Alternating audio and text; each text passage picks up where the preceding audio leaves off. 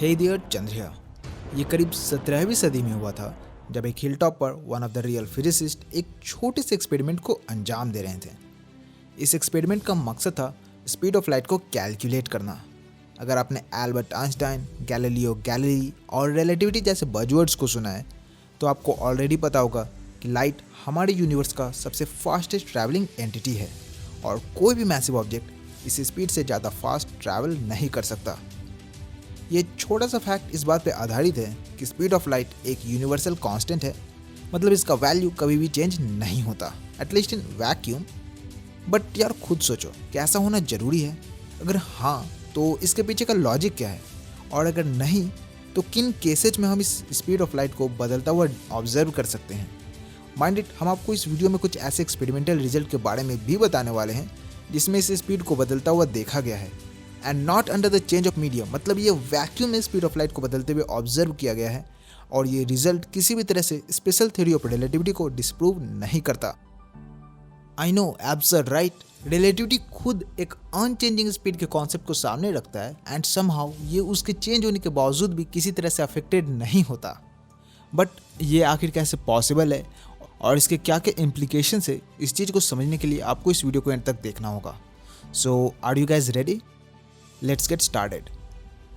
Light and उसके true nature का real story sir Isaac Newton के साथ स्टार्ट होता है कि लाइट एक वेव है एंड ये डिस्क्रिप्शन हमारी इस वीडियो में परफेक्टली वैलिड है, विच इज़ वाई हम वेव पार्टिकल डुअलिटी को कंसिडर नहीं करने वाले। अगर आप लोग इस पार्ट में इंटरेस्टेड हो तो ऊपर आई बटन पे क्लिक करके 2 वीडियोज़ को देख सकते हो जिसमें हमने वेव पार्टिकल डुअलिटी को एक्सप्लेन करने का कोशिश करा है यूजिंग क्वांटम मैकेनिक्स। एनीवेज, सो अगर लाइट एक वेव है तो उसे थ्योरेटिकली स्टडी करने के लिए हमें सबसे पहले इन 2 चीज़ों के बारे में जानना बहुत ज़रूरी है।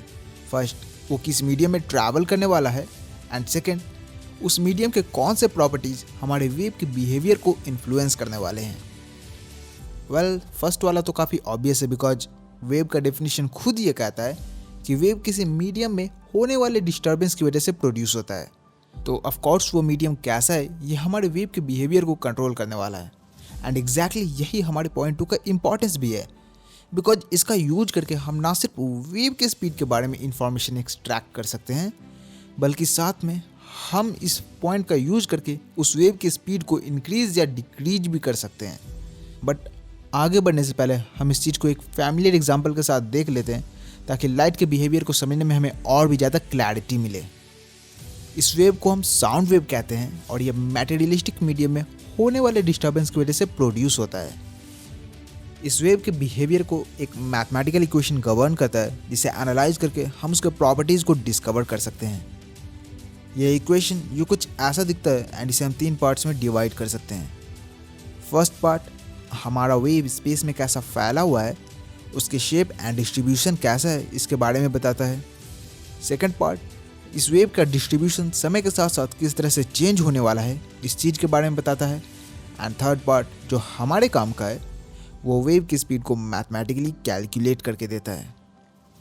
वेल, बाय नाउ आपके माइंड में ये क्वेश्चन आ चुका होगा कि इवन सिंपल से सिंपल वेव लाइक साउंड ये बहुत सारे अलग अलग बिहेवियर को शो कर सकते हैं, लाइक नॉर्मल स्पीकर से प्रोड्यूस होने वाला साउंड एंड सोनिक बूम जो किसी सुपरसोनिक स्पीड से मूव करने वाले ऑब्जेक्ट की मोशन की वजह से प्रोड्यूस होता है।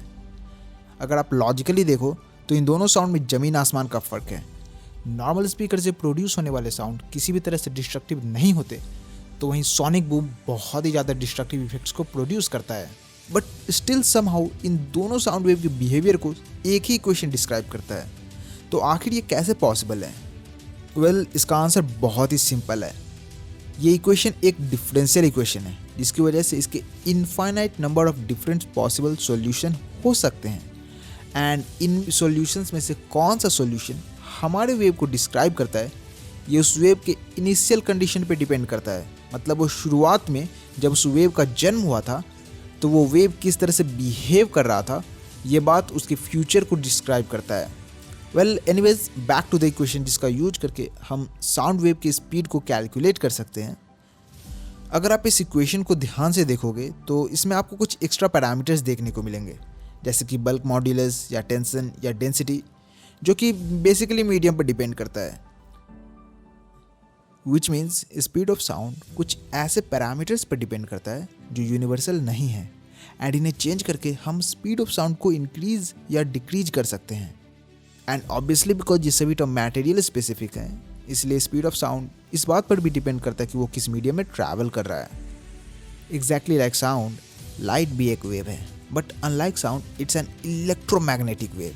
मतलब लाइट किसी मटेरियलिस्टिक मीडियम में होने वाले डिस्टर्बेंस की वजह से प्रोड्यूस नहीं हुआ, बल्कि एक इलेक्ट्रोमैग्नेटिक फील्ड में होने वाले डिस्टर्बेंस की वजह से प्रोड्यूस हुआ है, जिसे मैक्सवेल्स इक्वेशन कंट्रोल करता है। ये तो हमारा सौभाग्य है कि मैक्सवेल इक्वेशन का यूज करके हम इस वेव इक्वेशन तक पहुंच सकते हैं जो कि light also known as electromagnetic wave को डिस्क्राइब करता है। बट अगर आप इस इक्वेशन में ध्यान दोगे तो आप ये चीज़ ऑब्जर्व करोगे कि इसमें कोई भी ऐसा पैरामीटर नहीं है जिन्हें हम चेंज कर सकते हैं। स्पीड ऑफ लाइट कुछ ऐसे एडजस्टेबल पैरामीटर पर डिपेंड ही नहीं करता जिन्हें चेंज करना फिजिकली पॉसिबल हो। एंड बिकॉज ये फंडामेंटल कांस्टेंट है जो इलेक्ट्रिक और मैग्नेटिक फील्ड के डायनामिक्स को डिस्क्राइब करते हैं, इस वजह से लाइट एक ऐसा वेव बन जाता है जिसका स्पीड सिर्फ मैक्सवेल इक्वेशन के फॉर्म पर डिपेंड करता है। एंड क्योंकि मैक्सवेल इक्वेशन मीडियम में अलग अलग फॉर्म में आता है, इस वजह से मटेरियल मीडियम में स्पीड ऑफ लाइट हमें अलग अलग देखने को मिलता है। But mind it, general relativity में लार्ज स्केल पर कुछ ग्रेविटेशनल करेक्शन हमारे मैक्सवेल इक्वेशन में भी इंट्रोड्यूस होते हैं, जिसकी वजह से चीज़ें फ्यूचर में काफ़ी हद तक चेंज भी हो सकते हैं। हालांकि जनरल रिलेटिविटी से पहले Maxwell equation special theory of relativity में अपीयर होता है, जिसमें वो अपना form her inertial frame of reference में मेंटेन रखता है, एंड इसलिए speed of light her inertial non accelerated observer के लिए सेम रहता है। बट जैसे ही हम नॉन इनर्शियल फ्रेम में जंप करते हैं, मतलब अपने फ्रेम को एक्सेलरेट करवाते हैं, मैक्सवेल इक्वेशन में कुछ चेंजेस आ जाते हैं और प्रकाश की गति स्पेस डिपेंडेंट बन जाता है। ऐसा होने का रियल रीज़न ये है कि स्पेशल रिलेटिविटी में टाइम डायलेशन सिर्फ स्पीड पर डिपेंड करता था। मतलब आप जितना फास्ट ट्रैवल कर रहे हो, आप उतना ही कम समय को महसूस करोगे। बट जब हम बात नॉन इनर्शियल फ्रेम में करते हैं, तो टाइम डायलेशन स्पेस के साथ साथ आपके पोजीशन पर भी डिपेंड करने लगता है। एंड इसकी वजह से अगर आप एक एक्सेलरेटिंग ऑब्जर्वर के पर्सपेक्टिव से रेस्ट में भी हो, तो भी आप टाइम डायलेशन एक्सपीरियंस कर सकते हो, सिंपली बिकॉज आप उस ऑब्जर्वर से फाइनाइट नॉन जीरो डिस्टेंस पे हो। Something new, right? बट ये सच है, एंड इवन स्पेशल रिलेटिविटी खुद इस बात से अग्री करता है, एंड इसे हमने एक्सपेरिमेंटली ऑब्जर्व भी किया है, जो सैगनैक इफेक्ट के नाम से जाना जाता है। इसका दूसरा context general theory of relativity में आता है, जहाँ दोबारा से speed of light coordinate dependent बन जाता है।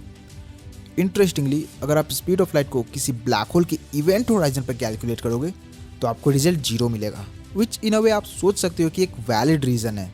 स्पीड एक पॉजिटिव क्वांटिटी है, and because speed of light खुद 0 बन जाता है और कोई भी पॉजिटिव क्वांटिटी 0 से छोटा नहीं हो सकता, इस वजह से इसका मतलब ये है कि कोई भी मैसिव ऑब्जेक्ट इवेंट होराइजन से एस्केप नहीं कर सकता, because obviously nothing can travel faster than the speed of light, and speed of light itself is 0।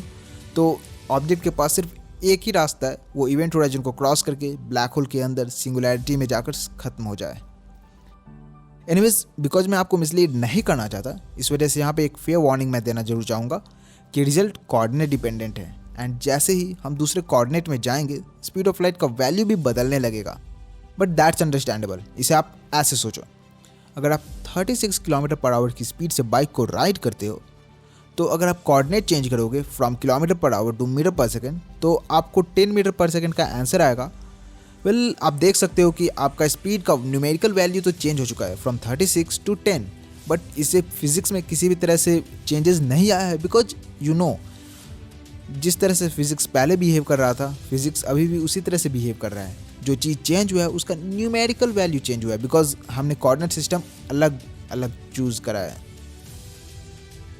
यहीं से जनरल रिलेटिविटी हार्ड होना शुरू हो जाता है, बिकॉज ये हमारे बहुत से अंडरस्टूड कॉन्सेप्ट को ब्रेक कर देता है, एंड हम दूसरे अनब्रेकेबल कॉन्सेप्ट पे भी क्वेश्चन करने लगते हैं कि क्या ये सच में होल्ड करता है, या ये भी जनरल रिलेटिविटी की वजह से थोड़ा सा मॉडिफिकेशन लेगा। सो मे बी आप सोच रहे होगे कि wait a minute, non inertial frame का तो चलो बनता है, बट इधर जनरल रिलेटिविटी में ऐसा कैसे हो गया कि speed of light space dependent बन गया? तो गाइज, यहाँ पे एक छोटा सा कॉन्सेप्ट है कि जनरल रिलेटिविटी में स्पेस टाइम कर्व्ड होता है, जबकि स्पेशल रिलेटिविटी में स्पेस टाइम फ्लैट है, एंड इस वजह से स्पेशल रिलेटिविटी में टाइम का फ्लो हर कोऑर्डिनेट पर सेम रहता है। बट जब हम जनरल रिलेटिविटी की बात करते हैं तो यहाँ पर ग्रेविटेशनल टाइम डायलेशन नाम का एक एंटिटी इंट्रोड्यूस होता है, और इसके वजह से एक एक्स्ट्रा टाइम डायलेशन जो सिर्फ स्पेशल रिलेटिविटी में एक्सेलरेटेड फ्रेम में हमें देखने को मिलता था, यहाँ पर हर जगह देखने को मिलता है। और यही छोटा सा चीज़ जो एक्सेलरेटेड फ्रेम और ग्रेविटी के प्रेजेंस में सेम है, ये स्पीड ऑफ लाइट को कोऑर्डिनेट डिपेंडेंट बना देता है। ये अजीब सा apparent change in speed of light जो हमें लार्ज स्केल पे ऑब्जर्व होता है, वो सिर्फ इस वजह से बिकॉज लार्ज स्केल पे ग्रेविटेशनल कर्वेचर बहुत ही ज़्यादा कंट्रीब्यूट करता है, और इस ग्रेविटेशनल इफेक्ट की वजह से आपका इनर्शियल रेफरेंस फ्रेम एक डिस्टेंस लिमिट के बाद नॉन इनर्शियली बिहेव करने लगता है। एंड वो सारे नॉन इनर्शियल इफेक्ट जो हमें एक्सेलरेटेड फ्रेम में देखने को मिल रहे थे, वैसे ही सिमिलर इफेक्ट्स हमें यहाँ पर वापस से देखने को मिलते हैं।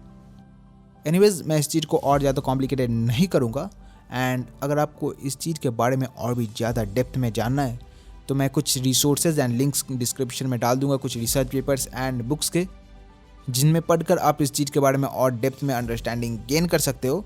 बट इस वीडियो का पूरा कंक्लूजन या समरी भी यही है कि स्पीड ऑफ लाइट सिर्फ फ्लैट स्पेस टाइम में कांस्टेंट रहता है, बट अगर हम जैसे नॉन इनर्शियल फ्रेम में चले जाते हैं, ईदर यूजिंग एक्सेलरेशन और using gravitational effect, speed of light coordinate dependent बन सकता है और वो चेंज हो सकता है। एंड ये किसी भी तरह से रिलेटिविटी के रूल के साथ डिसएग्रीमेंट नहीं करता, ये खुद रिलेटिविटी के साथ मैथमेटिकल एनालिसिस में आता है। और इस चीज़ को अगर आप चाहो तो काफ़ी डीप में पढ़ने के लिए अबाउट चैप्टर 6 तो आप मिशनर, थॉर्न एंड व्हीलर की ग्रेविटेशन बुक, जिसमें से किप थॉर्न एक को ऑथर है, उन्हें 2017 का नोबेल प्राइज़ भी मिला है, एंड ये बुक काफ़ी डिसेंट है एंड मैंने पढ़ा भी है, तो आप उसमें इस चीज़ को पढ़ सकते हो। Check it out. Anyways, I hope आपको ये वीडियो पसंद आया हो।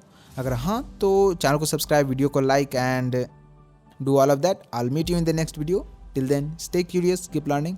जय हिंद।